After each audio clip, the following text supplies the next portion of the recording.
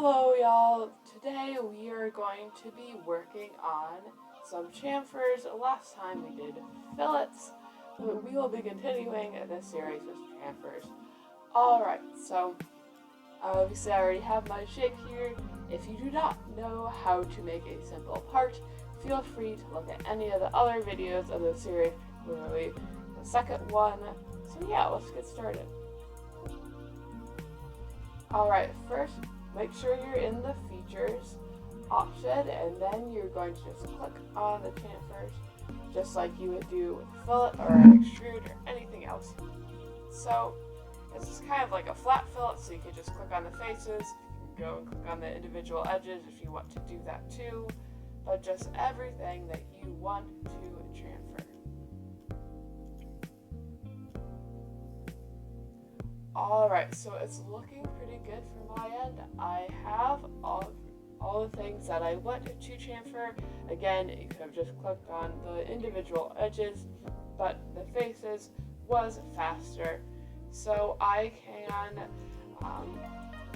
set two different distances if I want it to be a little askew or closer to one face than the other. But for now, I think I just want everything to be equidistant.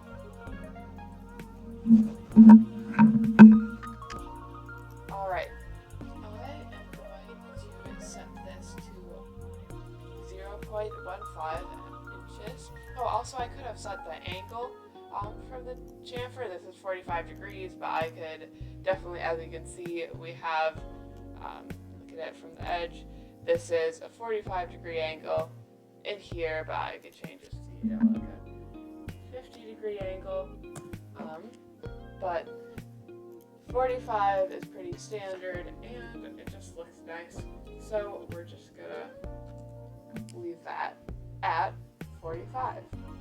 Alright, here we go, add appearance to it, and here we are.